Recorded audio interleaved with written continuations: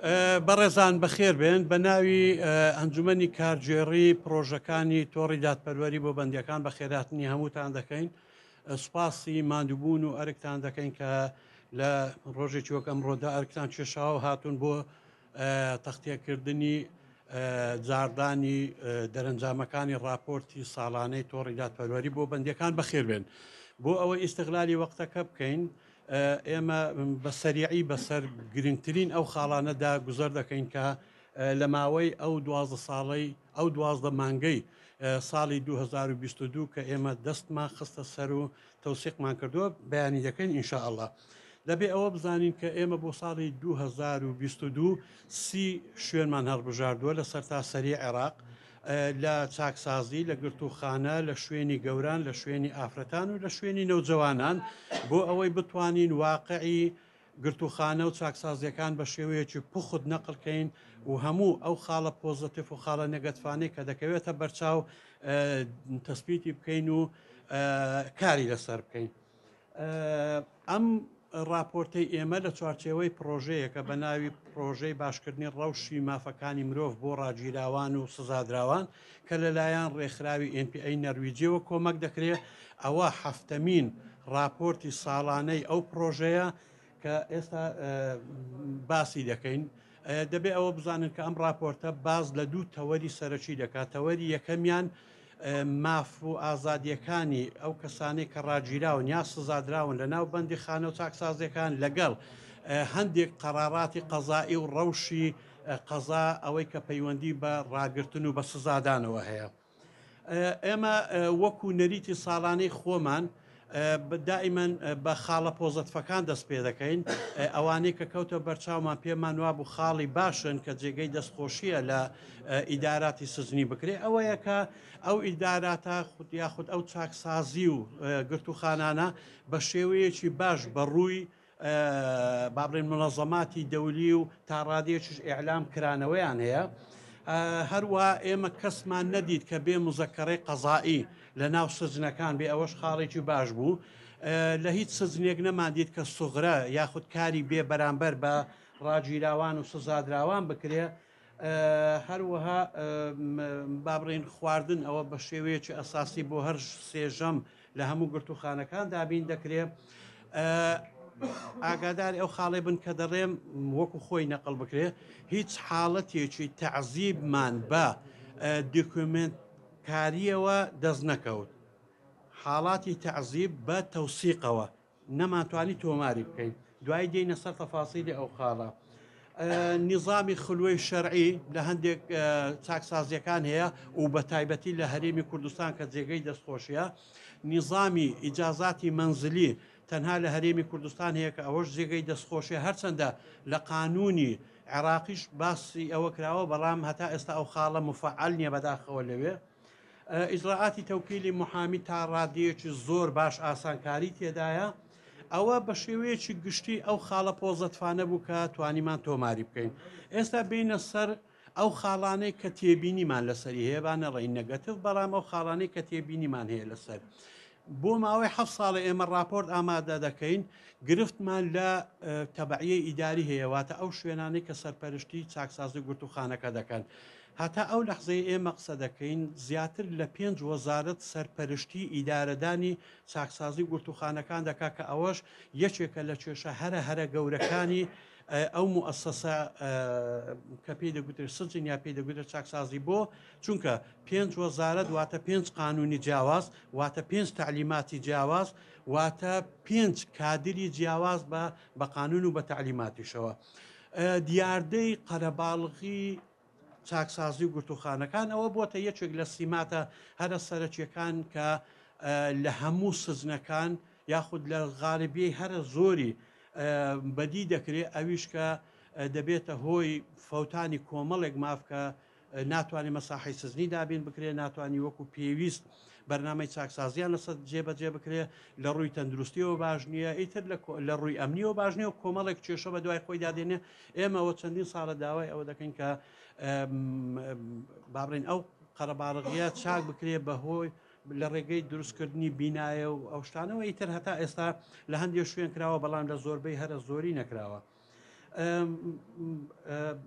پێداویستیە ئەساسیەکانی مانەوە لە ناو سجن ئیتر هەر لە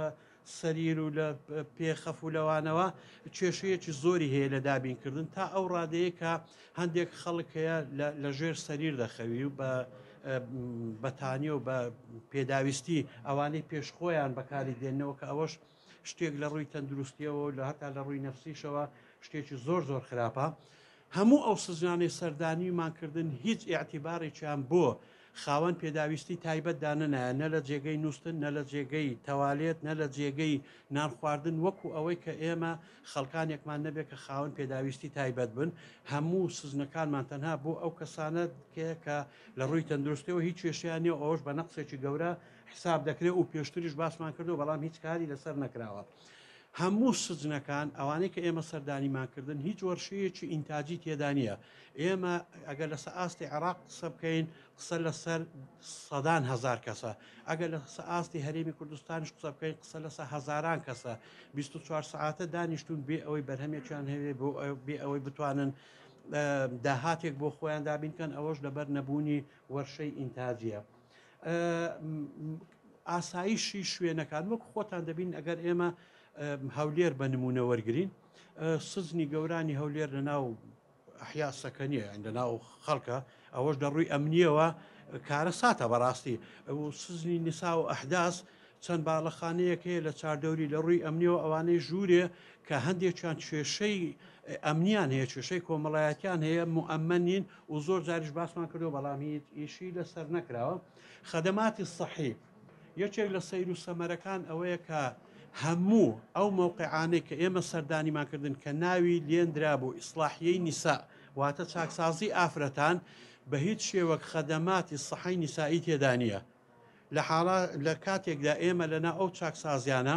ولادە دەکرێت ئافرەتی حاملی تێدایە حاڵاتی نەزیف دەبێ حاڵاتی ئیتر کۆمەڵێک مەسائلی نیسایی دەبێ بەڵام ئەو بنکە تەندروستی یاتیمە تەندروستیانەی کە بۆ ئەو شوێنانە دابیکراوە بە هیچ شێوەیەک خەدەماتی سەحەی نیسایی پێشکەش ناکە ئەوەش نەقسێکی زۆر گەورەیە. مەوزوعی ئەوانەی کە بەهۆی لواتە و بەهۆی دەعارە و ئەو شتانە دەچنە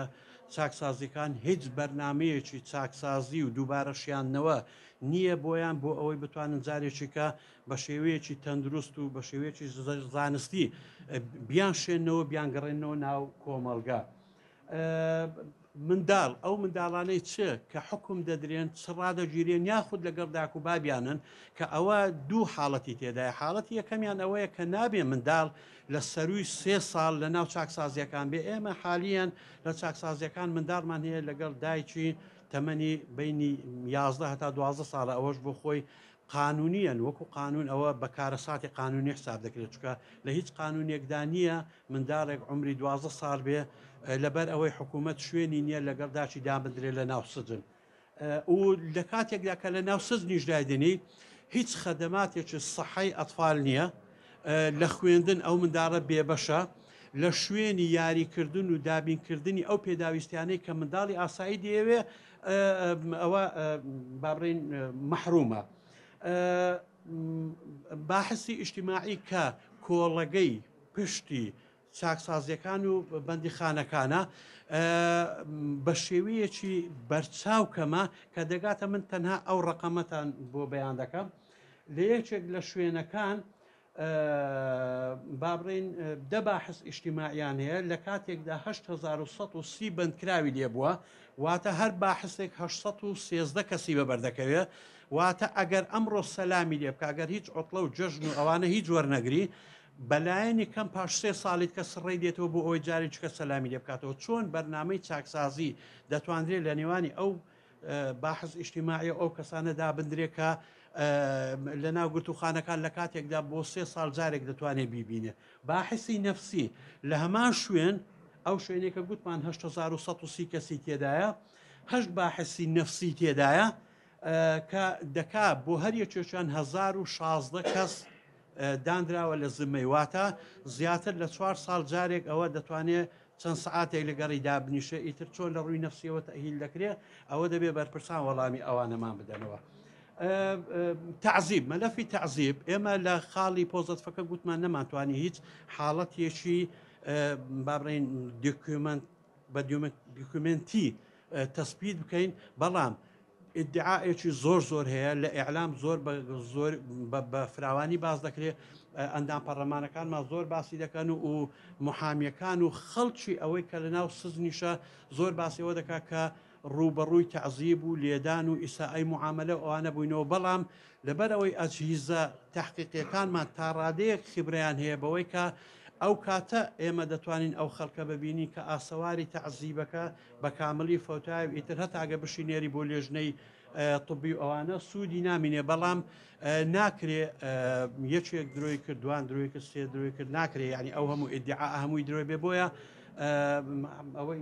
بابڕێن زاهیرەی تەعزیب یەکێکە لەو زاهیرانەیە کە ئیدعاەکی زۆری لەسرە محاولاتی ئینتحار بە شێوەیەکی بەرچاو زیادی کردیە ئەجانب ئێستا حاڵەتێکی کەمان هەیە کە بەهۆی هاتنی دەستی کار و بەهۆی کرانەوەی عێراق بەڕووی وڵاتانی دنیادا ئەجنەبی زۆر بووە چ وەکو شەریکات چ وەکو بابڕێن قۆنسۆلیات سەفارات و ئیلە ئاخری و چ وەکو ئەو شەریکانەی کە دەستی کار دێنن بۆ کارکردن لە شوێنە جیاجیەکاندا طبعاً ئەوانش ئەکید ڕوبەڕووی کێشەی یاسایی دەبنەوە یەکێک لە کێشەکان ئەوەیە نەمە حاکمەکانی ئێمە تەهیلە بۆ ئەوەی بتوانێ بە شێوەیەکی عادیلانە معاملە لەگەڵ کەیسی ئەو ئەجنەبیانە بکە و نە چاکسازیەکانمان لە ڕووی ئامادەجیەوە ئامادەیی ئەوەی تێدایە کە ئەو نەوع کەسانە وەرگێ بتوانێت مامەڵەیەکی تەندروستی لەگەڵ بکە بۆیە کێشەیەکی زۆر گەورەمان هەیە لەگەڵ ئەجنەبیەکان. شوێنی چاوپێکەوتنی خێزانی هەر زۆر وێرانە و ڕەنگە بەشێکی زۆرتان بینی بتان مخەدەرات یەکێکە لەو کێشانەی کە بە بەرچاو لە زۆربەی هەرە زۆری گرتوخانە و چاکسازیەکان دەگیرێ لە ناو قاوشەکان و بابڕێن هەتا ئەوانەی چکەوە دوو مەلەفە یەک ئەو مخەدەراتی کە لە ناو قاوشەکان دەگیرێ ئایا چۆن دەچێتە ژوورێ چێدەی بە ئەوە پێویستی بە بەحسێکی متەکامل هەیە خاڵی دووەم ئەوەیە ئەو کەسانی کە لەسەر مخەدەرات دەگیرێن ئایا چ بەرنمەیەکی چاکسازی تەهیلیمان هەیە هیچیمان نییە لە خلاصە ئەو تەقلیدی کە ئێمە ئامادەمان کردووە ئاخر خاڵمان گەڕانەوە بۆ ئەنجامدانی تاوان ئەو خاڵە یەکێکە لە گرنگترین خاڵەکان بەوەی کە ئێمە ئێستا بەیانی هەندێک ئەرقام بکەین